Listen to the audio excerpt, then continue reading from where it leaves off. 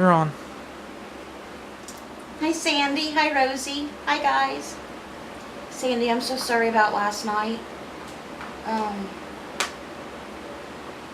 guess saying I told you, well, I sent you a message, so I don't want to get into it with everybody else, being able to hear, but I just wanted to apologize for last night.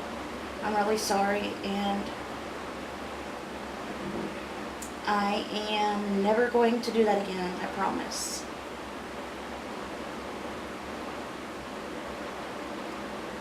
Okay, guys, let's get started with Mark chapter 5. We'll be reading verses 21 through verse 43 today. We're going to be talking about reading one thing today in Mark, which is Jesus raising a dead girl and heals a sick woman.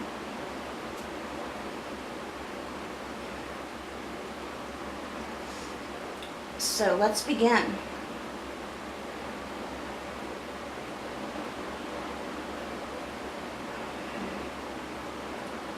When Jesus had again crossed over by boat to the other side of the lake, a large crowd gathered around him while he was by the lake, like they always was.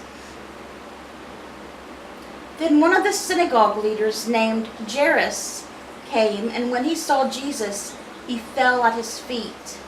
He pleaded earnestly with him, "My little daughter is dying. Please come and put your hands on her so that she will be healed and live." So Jesus went with him. A large crowd followed and pressed around him, and a woman was there who had been subject to bleeding for 12 years. She had suffered a great deal under the care of many doctors and had spent all she had. Yet instead of getting better, she grew worse. When she heard about Jesus, she came up behind him in the crowd and touched his cloak. Remember, he was surrounded by people. Because she thought, if I just touch his clothes, I will be healed. Immediately her bleeding stopped, and she felt in her body that she was freed from her suffering. At once, Jesus realized that power had gone out of him. He turned around in the crowd and asked, "Who touched my clothes?" "You see the people crowding against you," his disciples answered, "and yet you ask, 'Who touched me?'" But Jesus kept looking around to see who had done it. Then the woman, knowing what had happened to her, came and fell at his feet, and trembling with fear, told him the whole truth. He said to her, "Daughter, your faith has healed you. Go in peace and be freed from your suffering." While Jesus was still speaking, some people came from the house of Jairus, the synagogue leader. "Your daughter is dead," they said. "Why bother the teacher anymore?" Teacher referring to Jesus. Overhearing what they said, Jesus told him, "Don't be afraid, just believe." He did not let anyone follow him except Peter, James, and John, the brother of James. When they came to the home of the synagogue leader, Jesus saw a commotion with people crying and wailing loudly. He went in and said to them, "Why all this commotion and wailing? The child is not dead, but asleep." But they laughed at him. After he put them all out, he took the child's father and mother and the disciples who were with him and went in where the child was. He took her by the hand and said to her, "Talitha Kaum," which means, "Little girl, I say to you, get up." Immediately the girl stood up and began to walk around. She was 12 years old. At this, they were completely astonished. He gave strict orders not to let anyone know about this and told them to give her something to eat. So once again, Jesus healed somebody who, well, we ain't got to that part yet. Jesus healed somebody who died, and he's healed people who were almost dying, and he's drove out demons, and he's cured that woman from her disease of bleeding for 12 years when no doctor could cure her. Just a touch of Jesus' cloak and her faith healed her. So, and you just wonder why. Where were all these crowds of people? If you were with us in the book of Matthew at the beginning of the Bible reading this year, why, when all these crowds of people were always gathered around Jesus, why, when they were asking which prisoner to release, Jesus or Barabbas, why, where was all those crowds of people at? And why were they not shouting Jesus? Why were they shouting Barabbas instead to be released? Because they were scared, and they turned on Jesus. Their faith was not strong enough. That's why you gotta listen to the Lord, read His Word, or listen to His Word daily to keep getting stronger and stronger in your faith, so you can fight the devil off and fight off bad temptations and stuff. That's the devil putting those things in your mind and telling you those evil things, making you think that so-and-so doesn't like you, or so-and-so, you just, all bad things the devil makes you think. And he is the biggest liar there ever is and ever will be. Just remember that. He is the biggest liar and the maker of all evil. God is the maker of nothing but good. Nothing but good comes from God. If anything bad happens in your life, it's because of Satan.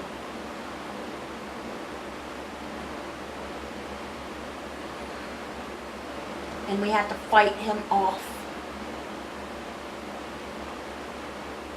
So let's get stronger in His Word today by reading Psalm 38, a Psalm of David, a petition.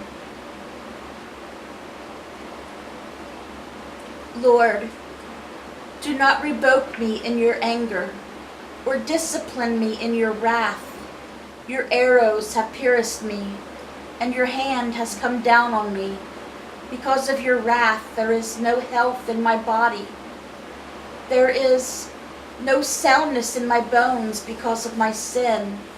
My guilt has overwhelmed me, like a burden too heavy to bear.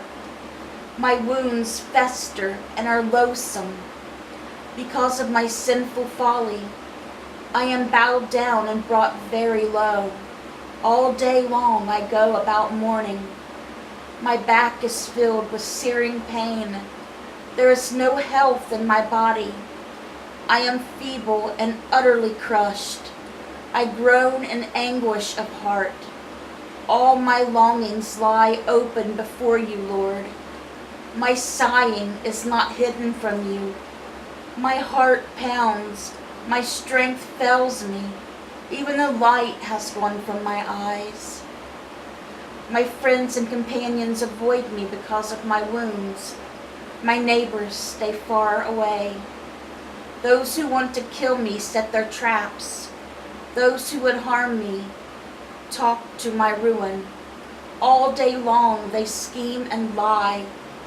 I am like the deaf who cannot hear, like the mute who cannot speak. I have become like one who does not hear, whose mouth can offer no reply. Lord, I wait for you. You will answer, Lord, my God. For I said, do not let them gloat or exalt themselves over me when my feet slip. For I am about to fall, and my pain is ever with me. I confess my iniquity. I am troubled by my sin. Many have become my enemies without cause. Those who hate me without reason are numerous. Those who repay my good with evil lodge accusations against me. though I seek only to do what is good. Lord, do not forsake me. Do not be far from me, my God. Come quickly to help me, my Lord and my Savior. And that was Psalm 38, guys. A very good Psalm of David. And lastly, for our Bible reading today, we're going to read Proverbs chapter 10, verses 8 and verse 9. The wise in heart accept commands, but a chattering fool comes to ruin. Whoever walks in integrity walks securely, but whoever takes crooked paths will be found out. Okay, guys, that was today's Bible reading. I hope it touched your guys' hearts. For prayer requests and updates, I have no updates on Barb. The only update I got on Chris to verse her back is they I'm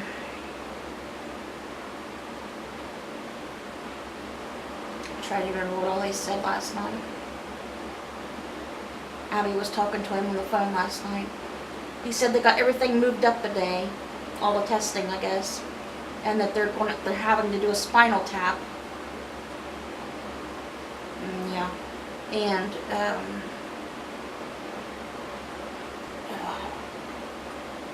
don't know how that's going to go, but they're going to have to do a spinal tap, which I don't think he knows what that consists of, and a bunch of other tests. The MRI, I guess, showed that he had some kind of juvenile epilepsy. It's called something, I can't pronounce it. And they put him on a drug for that. And they're draining his lung of fluid. And they still don't know where the infection's coming from that keeps getting his lung infected. And he's still got the adenovirus again. So he's still very contagious. So I'm sure he's just really, his spirits are really crushed right now.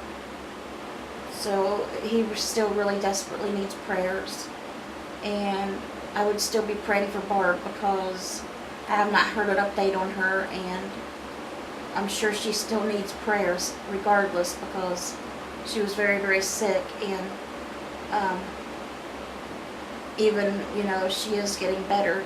It's going to take a while, probably for her to get well. Like they said, she might be on dialysis 3 times a week for the rest of her life. And keep having many strokes and whatnot. But I wanted to ask you guys to please keep our sister in Christ, Sandy, in your prayers. She needs prayers for strength and comfort really bad. She is having a very hard time. So I really wish you'd pray for her. It would mean a lot to me. And please keep Sherman in your prayers. He goes to have his ultrasound here in 3 days, I think. And his line of blood work. Bunch of blood work he's got to get done, a whole round of it. And see what's going on with his prostate and bladder. With the ultrasound. And blood work, hopefully. So, and please keep Linda and April Thacker in your prayers. And please pray for Cindy Welsh because she hasn't been able to be getting much sleep because her leg has been hurting so bad. I don't know what's wrong with her leg. She won't hardly ever go to the doctor. It hurts her from the top of her leg all the way down. I think it's sciatica or something.